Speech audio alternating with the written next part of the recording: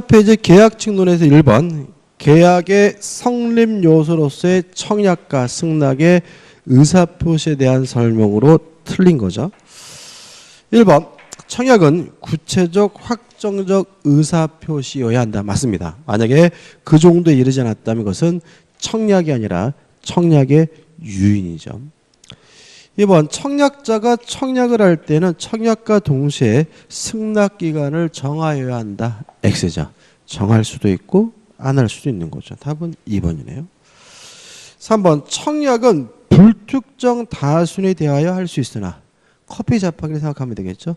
승낙은 반드시 청약자에 대하여 해야 한다. 맞는 질문이고 4번 청약에 대하여 조건을 붙여서 승낙한 경우 청약의 거절과 동시에 새로 청약한 곳으로 온다.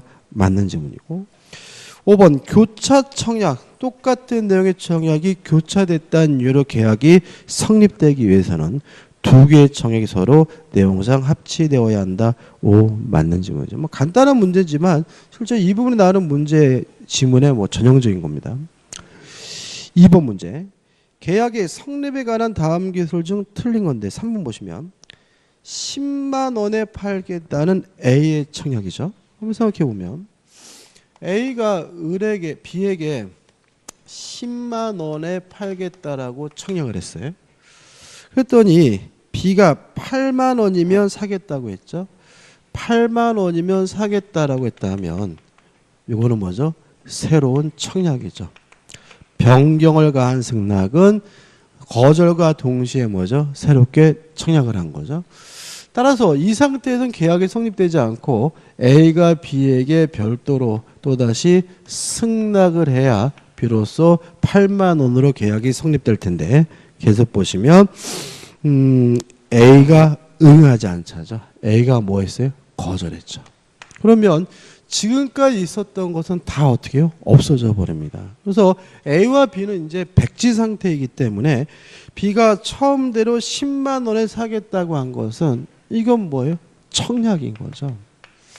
따라서 이 청약에 대해서 A가 또다시 뭘 해야지만요? 승낙을 해야지만 계약이 성립되기 때문에 10만 원의 매매 계약이 체결된 것으로 된다. X가 되고요. 답은 3번이 됩니다. 3번이죠. 위험 부담에 관한 다음 설명이 틀린 건데 중요하죠. 간단하게 좀 정리해 볼게요. 위험 부담. 자, 후발적 불능인데 후발적 불능에 대해서 채무자에게 아무런 고의도 과실도 없어요. 이때 누가 책임을 부담하는지 문제가 뭐죠? 위험 부담 문제입니다. 따라서 위험 부담은 후발적 불능이고 채무자에게 고의, 과실이 없는 경우고요. 이 채무자를 일반적으로 누구를 말하냐면 매도인을 말하거든요. 원칙, 위험은 원칙적으로 채무자가 부담하게 되는데 채무자가 부담한다는 말은 쌍방 모두 이행할 필요가 없다는 얘기고 물론 이행한 것이 있다면 부당이득으로서 뭐 할 수 있죠? 반환받을 수가 있겠죠. 다만 예외적으로 위험을 채권자가 부담하는 경우도 있는데 채권자는 누굴 말하냐면 매수인을 말하고요. 채권자가 부담한다는 말은 후발적 불능인데도 불구하고 채권자의 매수인은 여전히 대금을 지급해야 된다는 의미가 되는데 언제냐?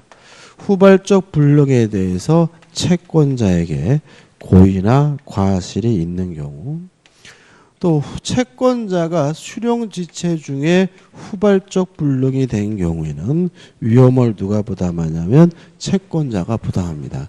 이거 알면 쉬운데 또 모르면 전혀 못 푸는 문제니까요. 꼭 기억해 주시고 따라서 1번 3번 1번입니다. 위험 부담은 원시적 불능 또는 후발적 불능의 경우에 발생한다. X죠. 무슨 불능이죠? 후발적 불능의 경우에만 발생합니다. 2번 위험 부담에 관한 우리 민법은 채무자 부담주의를 취한다는 말은 원칙이 채무자가 부담한다는 얘기고 3번 위험 부담은 매매와 같은 쌍무 계약에서 발생하게 되고요. 4번 수령지체 중에 불가항력의 사유로 이행불능이 된 경우에도 위험부담 문제가 발생하고 이때는 채권자가 그 위험을 부담하게 되고요. 5번 위험부담이란 채무자의 귀책 사유 없이 이행불능이 된 경우에 발생한다. 맞는 질문이죠. 4번입니다. 제3자를 위한 계약에 대한 다음 설명 중 맞는 거죠. 이것도 좀 정리하셔야 되는데 병이 갑에게 1억 원을 빌려주면서 갑소유 A 부동산을 을과 만나서 매매 계약을 하고 요 매매 대금을 병에게 직접 지급을 하기로 했다면 이거 우리가 제3자를 위한 계약이라고 하고요. 갑을 우리가 요약자라고 하고 을을 낙약자라고 하고 병을 제3자 또는 수익자라고 하죠. 일단 요 매매 갑과 을 간의 관계를 우리가 보상관계라고 하는데 보상관계는 수익관계에 바로 영향을 주고요. 이때 병은 보호의 대상으로서 제3자가 아니기 때문에 선이라 하더라도 뭐 받지 못해요? 보호받지 못하고요. 병이 갑에게 1억 원을 전에 빌려줬다. 이걸 우리가 대가관계라고 하는데 수익관계에 아무런 영향을 미치지 않는다는 거 주의하시기 바라고요. 내용은 병이 돈을 받겠다라는 수익의 의사를 표시하게 되면 이제 병은 직접 을에게 이행을 해달라고 청구할 수가 있고요. 만약에 을이 제때 이행하지 않아서 손해가 발생했다면 손해배상을 청구하는 것도 가능하지만 요 매매 계약은 갑과 을이 한 것이지 병이 한 것이 아니다. 병은 계약의 당사자가 아니므로 병 스스로 계약을 해제하거나 취소할 수가 없고요.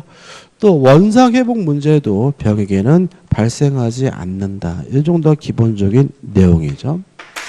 1번 제3자의 수익의 의사표시는 계약의 성립요건이다. X죠.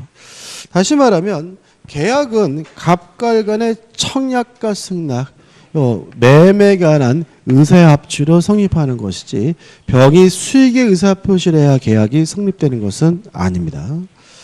2번 낙약자는 제3자에 대하여 이 권리에 발생시킨 계약의 무효 및 취소 효과를 주장할 수 없다. X죠. 병은 보호 대상으로서 오히려 제3자가 아니기 때문에 항상 보호받지 못하고요.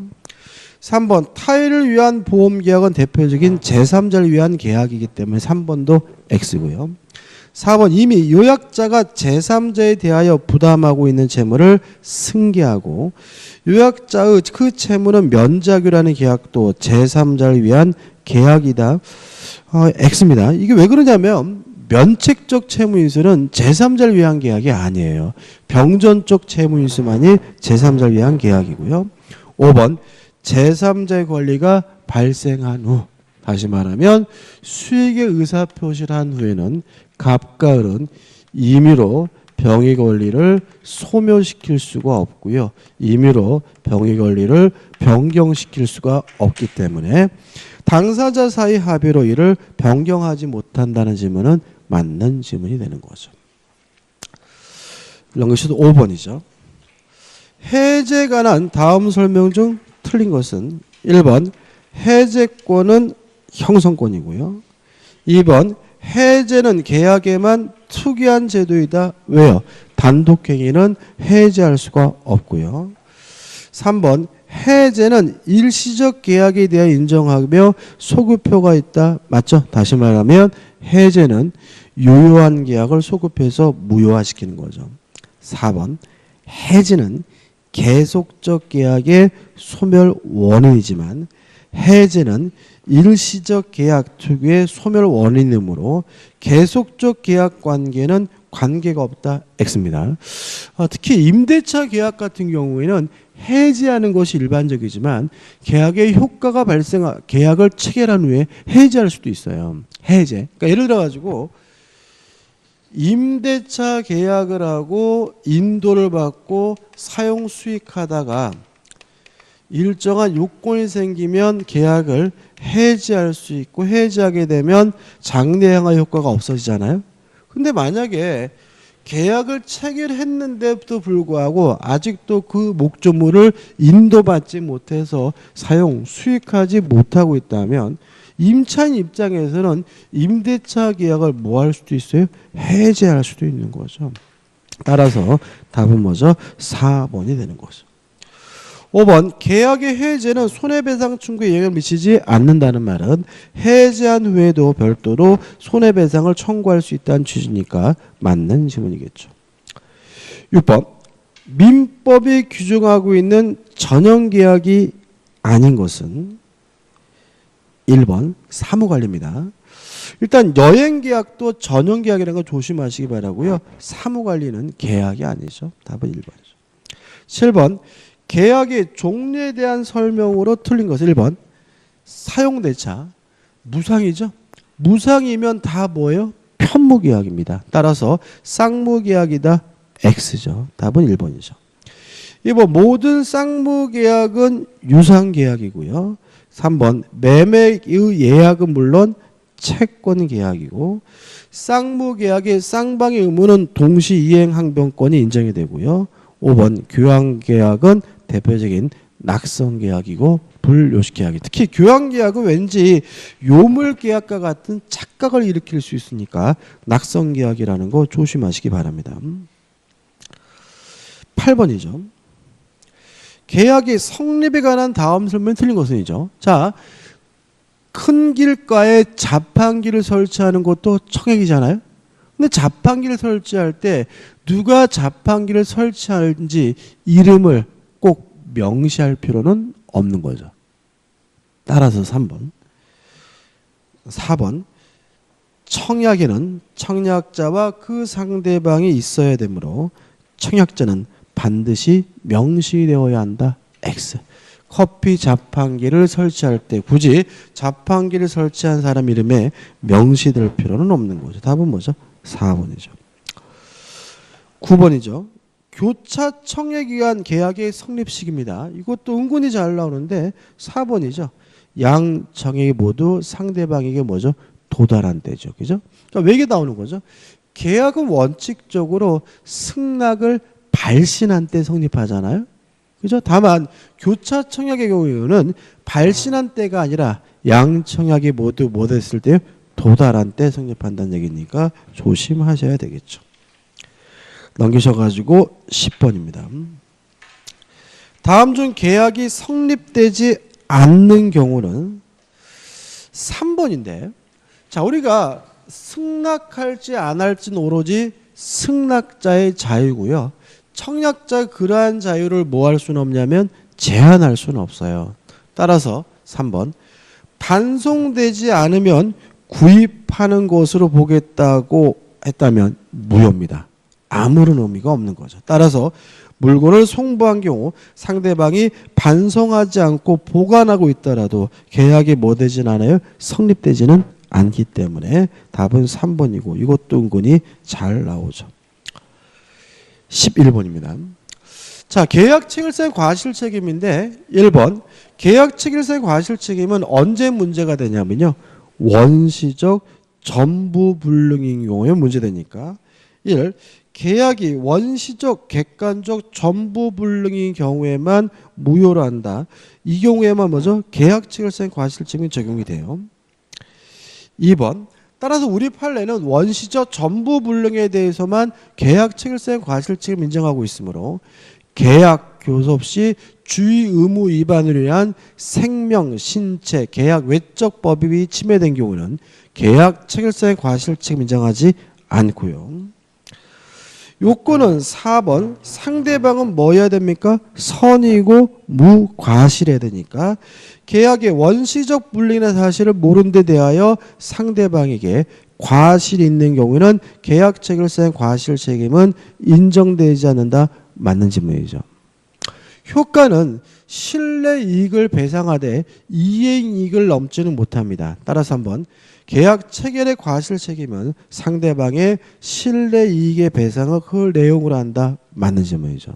다시 말씀드리지만 계약 체결상의 과실 책임은 원시적 전부 불능이어서 무효인 경우에만 문제됩니다. 특히 5번처럼 계약 교섭의 부당 파기의 경우에는 불법 행위를 원인으로 손해배상을 청구할 수 있다는 것이 판례 입장이므로 계약 체결상의 과실 책임을 인정한다. X가 되고요. 5번이 답이 되는 거죠. 12번입니다. 이행불능과 위험부담에 관한 설명을 옳지 않은 거죠.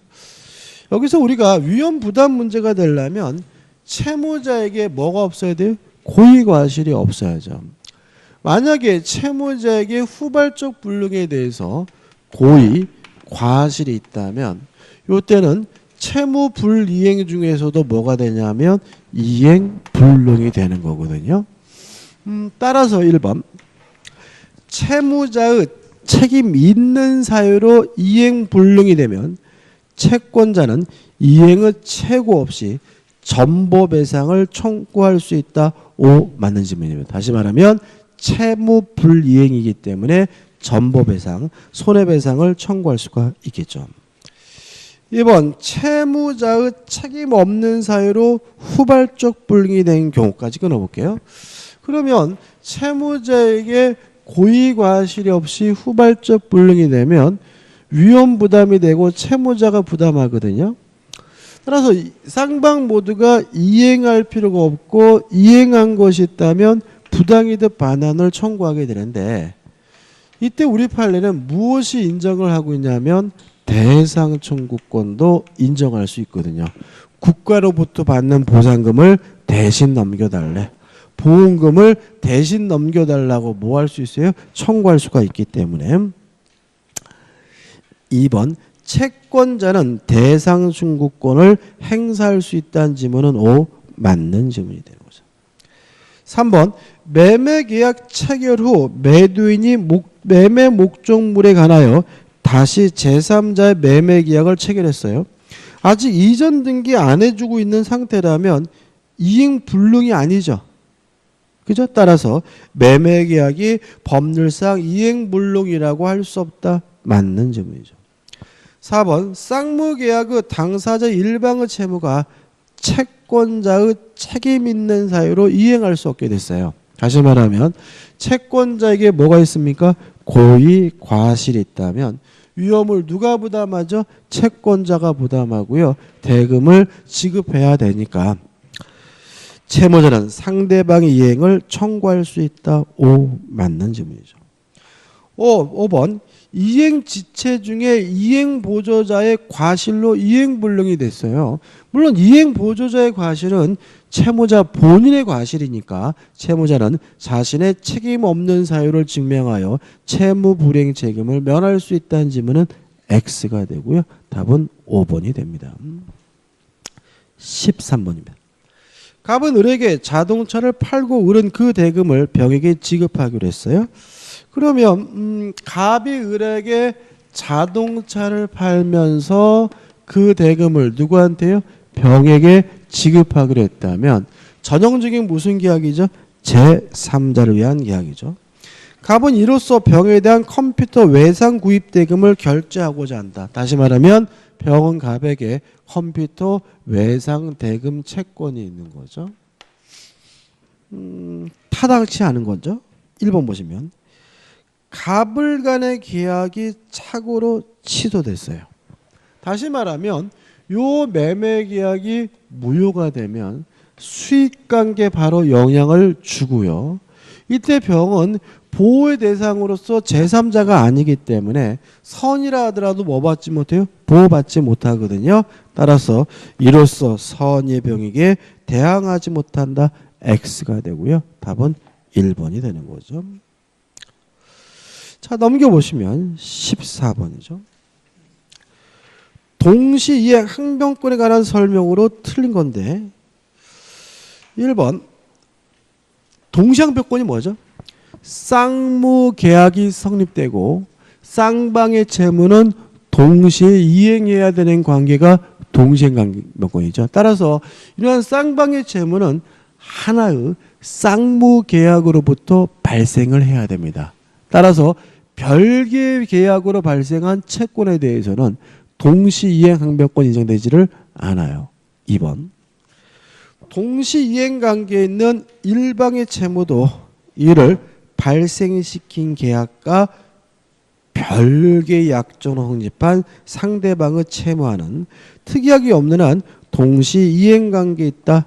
X가 되고 동시이행 항변권은 원칙적으로 동일한 계약, 쌍무 계약으로부터 발생한 채무에 대해서만 인정이 됩니다. 3번도 중요한데 3번은 뭐냐면 이런 문제입니다. 꼭 기억해 두셔야 되는데 손해배상 채권이 유치권이냐 동시이행 항변권이냐 판단하는 방법은요. 손해배상 채권을 발생시킨 원래의 채권을 기준으로 결정이 됩니다. 따라서 원래 채권이 유치권이면 손해배상 채권은 뭐죠? 유치권. 원래 채권이 동시항변권이면 손해배상 채권은 뭐죠? 동시항변권이죠. 예를 들어서 필요비를 제때 주지 않아서 발생한 손해배상 채권이라면 원래 채권이 뭐예요? 유치권이니까 손해배상 채권도 뭐죠? 유치권인 거고요.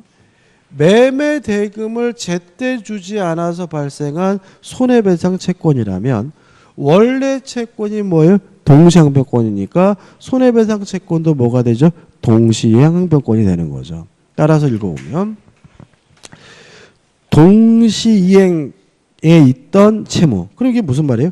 원래 채무가 동시이행 관계란 거죠. 어느 한 채무의 이행불능으로 발생한 손해배상 채무는 반대 채무에 여전히 동시이행 관계에 있다. 맞죠? 원래 채무가 동시이행 관계면 손해배상 채무도 뭐죠? 동시이행 관계입니다. 그 다음에 이제 5번인데 자 우리가 돈을 갚는 것과 담보를 말소하는 것은 동시이행 관계가 아닙니다. 먼저 돈을 갚고 나중에 따로 뭐죠? 담보를 말소하는 거잖아요. 근데 이번에 그 얘기가 아닌 거죠. 예를 들어서 아파트를 팔았어요. 팔면 이전 등기해 줘야죠. 이전 등기해 줄 때는 완전한 권리를 뭘 해줘야 돼요? 넘겨줘야 되는 거니까 5번. 저당권이 설정된 부동산의 매매 계약에서 소유권 이전 등기 의무 및 저당권 등기 말소 의무는 특별한 사정이 없는 한 매매 대금 지급 의무와 동시이행 관계에 있다. 맞는 지문이고 갑자기 여기서 느닷없이 변제와 담보 말소는 동시이행 관계다 아니다. 이것 떠올려서 틀리시면 안 된다. 이런 얘기인 거죠. 15번입니다. 제3자를 위한 계약에 관한 설명으로 옳지 않은 거죠. 4번을 보시면 채무자는 계약에 기한 항변. 뭐가 있을까요? 예를 들어서 갑이 을에게 건물을 안 넘겨주면 을은 매매대금 못 주겠다라고 동시이행 항변권을 행사할 수가 있겠죠. 물론 이러한 동시이행 항변권은 누구에게도 행사할 수 있어요? 병에게도 행사할 수가 있겠죠. 다시 말하면 갑이 이전 등기해주기 전까지는 돈 못 준다라고 을은 병에게도 동시이행 항변권을 행사하는 것이 가능하기 때문에 채무자는 계약에 기한 항변으로 계약의 이익을 받을 제3자에게 대항할 수 없다. X가 되고요. 주의하시기 바랍니다. 16번입니다. 채무자 갑과 채권자 을은 병을 수익자로 한 제3자를 위한 계약을 체결하였고 병은 수익 의사표시를 하였다죠. 자, 여기서 좀 달라지는 것은 갑과 을이 뒤바뀌어 있죠. 채권자, 요역자가 누구예요? 을이고 채권자, 채무자, 낙약자가 누구죠? 갑이죠. 그죠? 이걸 바꾼 이유는 뭐겠어요? 여러분은 헷갈리라고 바꾼 거니까 넘어가지 마시기 바라고요. 따라서 옳은 것을 찾는데 1번 갑은 병이 이행을 청구하는 경우에 을과 병 사이 법률관계예요. 그러면 을과 병과의 법률관계는 대가관계고 대가관계는 수익관계에 아무런 영향을 미치지 않으므로 을과 병 사이의 법률관계 기한 항변으로 병에게 대항하지 못한다. O 맞는 질문이죠. 다시 말하면 이게 가부를 뒤바꿔 놓은 것은 결국은 뭐예요?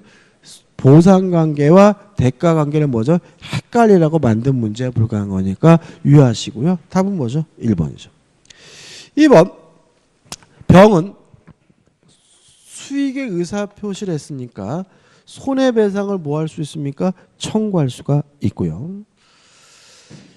3번 병은 계약의 당사자가 아니니까 원상회복 의무가 없잖아요. 따라서 갑도 을에게 원상회복을 뭐 하지 못해요? 청구할 수가 없으니까 3번도 뭐죠? X가 되고 4번 제3자인 병은 특정될 필요는 없고요. 계약 성립할 당시에 5번 만일 갑이 병에 대하여 가진 채권에 관하여 그 채무를 면제하는 계약을 을과 체결했어요. 다시 말하면 갑과 을 간의 계약으로 병의 채무를 면제하기로 했다면 병에게 뭐인 거죠? 이익인 거죠. 따라서 이것들 중에 제3자를 위한 계약으로 볼 수가 있기 때문에 5번도 뭐죠? X가 되는 거죠. 17번입니다. 계약 해제권에 발생하는 사유로 볼 수 없는 것을 모두 고른다면 몇 개인가? 참고로 이렇게 몇 개 고르란 문제는 시험 문제 내지는 않거든요. 근데 만약에 혹시라도 나오면 풀면 안 돼요. 지나가는 겁니다. 왜 그러냐면 이게 왜 그러냐면 요 몇 개 고르란 문제는 굉장히 어려워요. 이게 무슨 말이냐면 예를 들어서 5개 지문이 있잖아요. 그러니까 옳은 거 틀린 거 이렇게 물어보는 경우에는 다 알아야 맞는 게 아니잖아요. 재수가 좀 어떻게 해요? 하나만 알아도 맞힐 수가 있거든요. 근데 다음 중 틀린 것이 몇 개인가 이렇게 물어보면 5개 지문을 정확히 알아야만 맞힐 수 있어요. 만약에 5개 중에 하나라도 애매하고 삼삼하면 몇 개인지를 결정할 수가 없기 때문에 무조건 틀리게 되어 있고요. 틀린데 그냥 틀리는 게 아니라 이것도 고민하다가 시간까지 또 잡아먹거든요. 그래서 혹시라도 시험 문제에서 몇 개 고르는 문제가 나오면 풀지 마시고 어떻게 해요? 넘어가시고 다 푸시고 나서 마지막에 심심할 때 풀어야 되는 문제라는 거 주의하시기 바라고. 우리는 풀어봐야죠. 기억. 정기행인데 이행기가 도과했다면 당연히 계약을 뭐 할 수 있죠? 해제할 수 있죠. 니은번 불가항력으로 인한 쌍무계약의 일방의 이행불능. 자, 계약을 해제하려면 채무불행이 되거든요. 그러니까 불가항력이라는 말은 요거는 뭐인 거죠?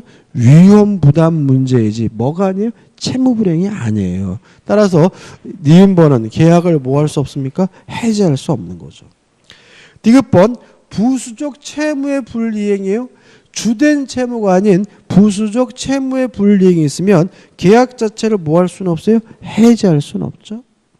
리을번 약정사유, 약정해제사유겠죠. 해제할 수 있습니다. 미음번 계약 체결 당시 예상할 수 없었던 중대한 사정 변경이요.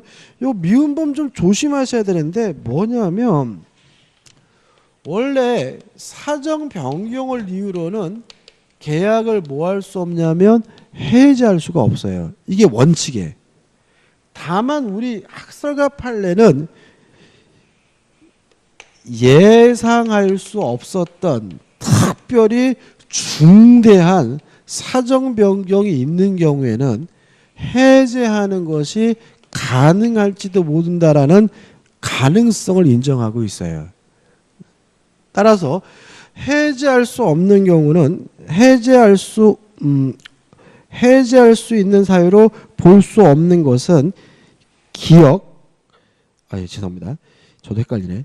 니은 디귿에서 몇 번이죠? 2개가 되는 거고요. 미음번은 다시 말하면 원칙적으로 사정 변경을 이유로 뭐 할 수 없습니까? 해제할 수 없다는 것이 우리의 판례 기본적 대응인데 예상할 수 없는 중대한 사정 변경이 있는 경우에는 해제할지도 모른다라는 가능성은 인정하고 있기 때문에 답이 될 수는 없어요. 답은 뭐죠? 2번입니다. 마음에 들지는 않습니다. 넘기셔가지고 18번이죠. 다음 중 최고 없이 계약을 해제할 수 있는 경우를 모두 고르면 자 보자고요. 기억. 정해진 기한 내에 이행을 해야 하는 정기행위의 경우에는 최고할 필요가 없죠. 니은번 이행 지체는 뭘 해야 돼요? 최고를 해야 되죠. 디귿번 할 수 없어서 못하는 이행 불능의 경우에도 뭐 할 필요 없습니까? 최고할 필요가 없죠. 리을번 이행 지체의 경우는 원칙적으로 최고를 해야 되지만 상대방이 불이행의 의사를 표시했다면 뭐 할 필요 없죠? 최고할 필요가 없죠. 미음번 최고에 관한 민법 규정은 임의 규정이겠죠. 자, 우리가 채권법은 다 뭐예요? 임의 규정입니다. 뭐만 빼고요? 임대차만 빼고요. 따라서 최고 없이 최고를 배제하는 특약이 있다면 이것도 어떻게 해요? 유효하니까 이때는 최고 없이 계약을 해지할 수 있고요. 비읍번 불완전 이행이죠. 추후에 완성이 가능하다면 뭘 해야 돼요? 최고를 해야 되고요.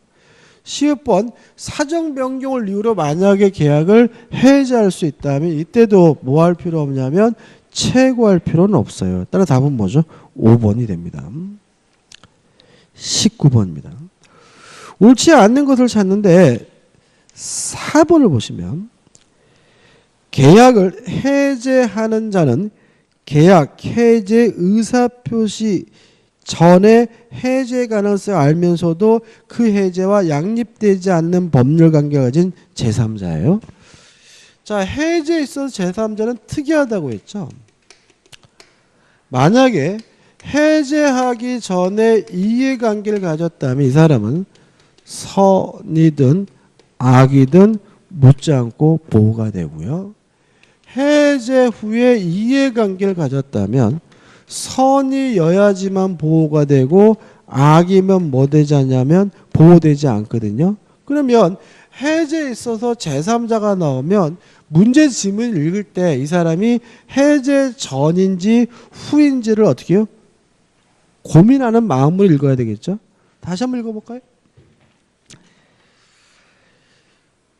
계약을 해제한 자는 계약 해제 의사표시 뭐라고요? 전해죠. 그럼 이 사람은 선악불문하고 제3자로서 뭐 받아요? 보호받는 사람이니까 전에 해제 가능성을 알면서도 악이네요. 그 해제와 양립되지 않는 법률관계를 가진 제3자에 대하여 계약 해제했다는 법률 효과를 주장할 수 있다는 지문은 X입니다. 해제 전에 이해관계를 갖게 된 제3자는 선악불문하고 해제로부터 뭐 받을 수 있어요? 보호받을 수 있다는 거 주의하시기 바랍니다. 그 다음 20번이죠.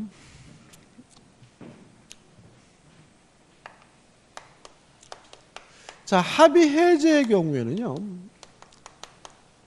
민법 규정이 적용되지를 않아요.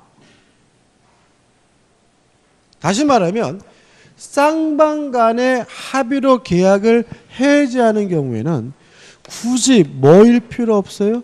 채무불이행일 필요가 없는 거죠. 채무불이행이 없더라도 합의로는 계약을 뭐 할 수 있는 거예요? 해제할 수 있는 거죠. 또 합의로 해지하는 경우에는 별도로 무엇을요? 손해배상해달라고 청구할 수는 없겠죠. 뭐가 아니에요? 채무불이행이 아니니까. 또 합의로 해지하는 경우에는 원상회복해야 될 것이 금전인 경우에 무엇을 붙일 필요 없어요? 이자를 붙일 필요가 없는 거죠. 다시 말하면 합의 해지의 경우에는 민법 규정이 뭐 되지 않아요? 적용되지 않는 거예요. 다만 제3자 보호 규정만은 적용이 되겠죠. 다시 말하면 합의 해지하는 경우에도 이 제3자는 뭐가 돼야 돼요? 보호돼야 되겠죠. 따라서 결국은 합의 해지의 경우에는 제3자 보호 규정만 적용되고요. 제3자 보호 규정을 뺀 나머지 민법 규정은 뭐 되지 않아요? 적용되지 않는다라고 기억해 두셔야 되거든요.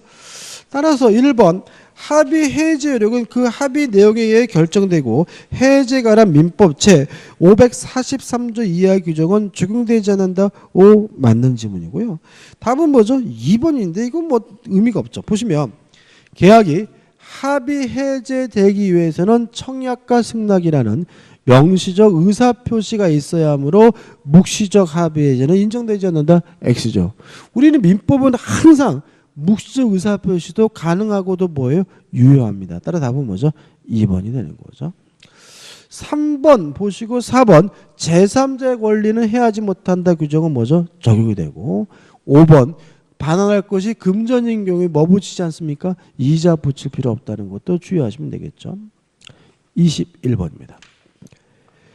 계약 해제에 관한 설명으로 옳지 않은 것은 3번 보시면 제3자를 위한 계약에서 수익자는 낙약자의 채무 불이행을 이유로 계약을 해제할 수 있으나 원상회복을 청구할 수 없다. X죠. 다시 말하면 수익자는 계약의 당사자가 아니므로 뭐 할 수 없습니까? 해제할 수가 없죠. 따라서 해제할 수 있다. X가 됩니다. 넘기셔가지고 22번입니다. 해제 효과에 관한 기술 중 틀린 것을 찾는데 3번을 보시면 해지로 인하여 계약이 소급주로 실효되더라도 해제권자는 손해배상을 청구할 수 있다. 맞네요? 답이 잘못된 얘기죠? 2번 볼까? 2번. 답이 뭐죠? 3번이 아니라 뭐죠? 2번입니다. 이번에는 그 답이 틀린 게 꽤 되네. 그죠? 3번이 아니라 2번이죠. 자, 이런 문제입니다. 갑이 을과 만나가지고 매매 계약을 하고 갑이 을에게 이전 등기를 해줬어요. 매매가 무효면 무엇도 무효죠? 등기도 무효죠. 따라서 갑이 을과의 매매 계약을 채무 불이행을 이유로 해제하면 매매가 소급해서 뭐가 돼요? 무효가 되고 매매가 무효가 되면 등기가 무효되니까 해제되는 순간 을에서 갑으로 뭐가 넘어오죠? 소유권이 돌아오게 되는 거죠. 2번. 2번. 채권 계약이 해제되더라도 물권 행위 효력은 유효하게 남으므로 물권이 당연히 매도인에게 복귀하는 것은 아니다. X죠. 매매가 무효면 등기도 무효입니다. 23번입니다. 계약의 해제에 관한 설명 중 틀린 것을 찾는데 5번을 보시면 채권자의 적법한 해제권 행사로 인하여 원상회복 의무를 부담하는 채무자는 이를 모두 이행한 경우에는 별도의 손해배상 책임을 부담하지 않는다. X입니다.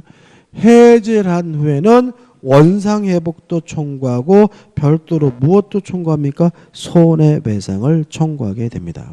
답은 뭐죠? 5번이 되는 거죠. 23번인데요. 조금 복잡한데 이것 때문에 넣어놨어요. 해제로부터 대항력 있는 임차인이 제3자로서 보호받을 수 있느냐. 이 문제에 대해서 우리 판례는 등기까지 한 매수인과 임대차 계약을 한 임차인이라면 제3자로서 보호받을 수가 있지만 등기하지 않은 매수인으로부터 임대차 계약을 한 사람이라면 제3자로서 보호받을 수 없다는 게 판례 입장입니다. 이게 기억할 내용이에요. 자, 이런 겁니다. 갑이 소유하고 있는 아파트 주택에 대해서요. 을에게 팔았습니다. 팔고 갑이 을에게 이전 등기까지 해줬거든요. 그리고 나서 을이 병과 만나서 주택 임대차 계약을 했고요.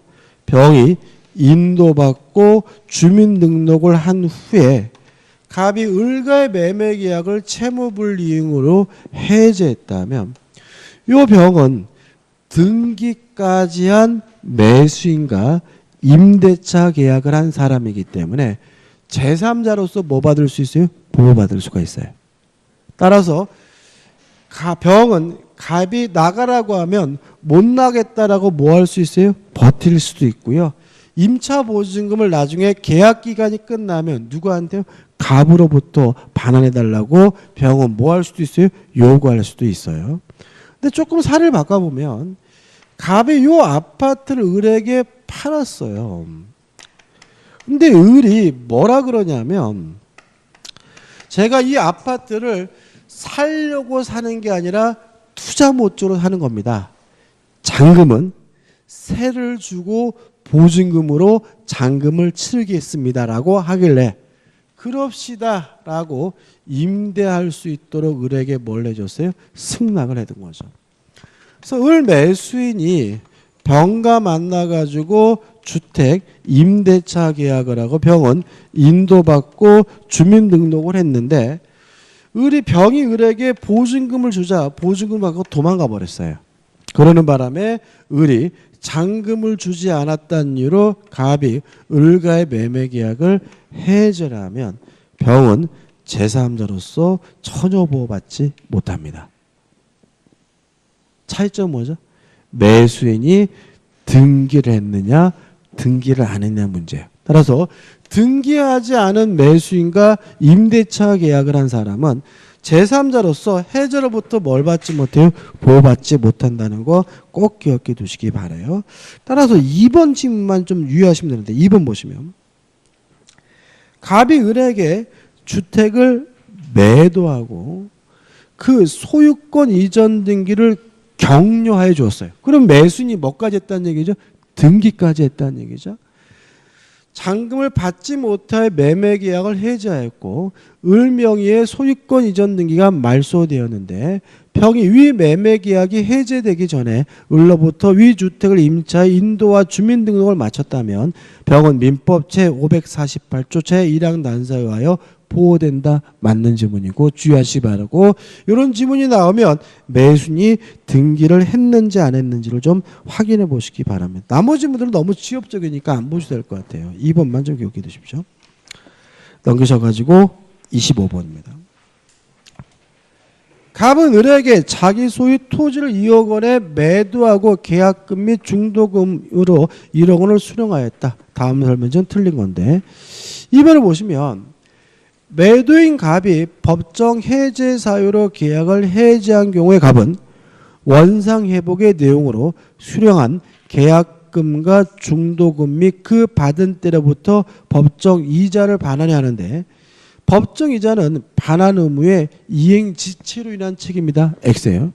자, 이게 만약에 이자가 이행 지체 책임이면 이자를 주는 것만으로도 손해배상 다 한 것이 돼버려요. 그러면 상대방은 별도로 뭘 청구하지 못해요? 손해배상을 추가로 청구하지 못한다. 이렇게 이해해야 되거든요. 그래서 우리 판례는 반환할 것이 금전인 경우에 뭘 붙입니까? 이자를 붙이는데 이자를 붙이는 것은 지체 책임이 아니다. 이자를 붙이는 것은 손해배상이 아니라는 거예요. 따라서 별도로 추가적으로 이자 외에도 뭘 청구할 수 있어요? 손해배상을 청구할 수 있다는 것이 판례 입장이기 때문에 지체 책임이다. X고요. 답은 뭐죠? 2번이고 주의하시기 바랍니다. 26번이죠.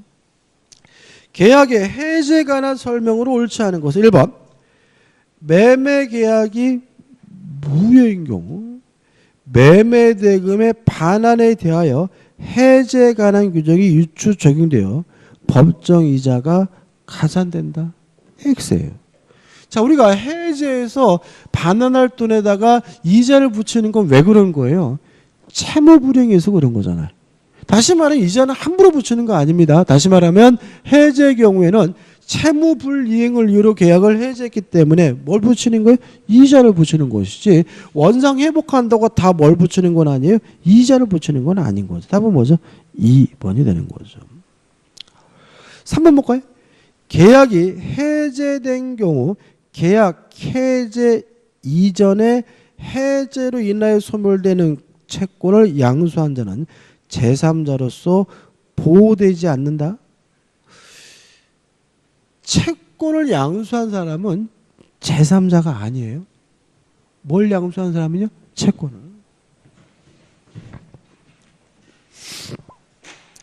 자, 보세요. 갑이 을에게 A 건물을 팔고 을한테 등기 줬더니 을이 또다시 병에게 건물을 팔고 병에게 등기를 해줬다면 병은 뭐죠? 제3자인 거잖아요. 그죠? 근데 만약에 갑이 을에게 건물을 팔았고요. 을이 갑에게 이전 등기해달라 요구할 수 있는 뭐가 있냐면 청구권, 채권이 있는 상태예요. 요 채권을 만약에 병에게 양도했다면 요 병은 매수인의 법적 주의가 뭐가 된 거예요? 승계된 거예요. 따라서 이 사람은 당사자이지 뭐가 아닌 거예요?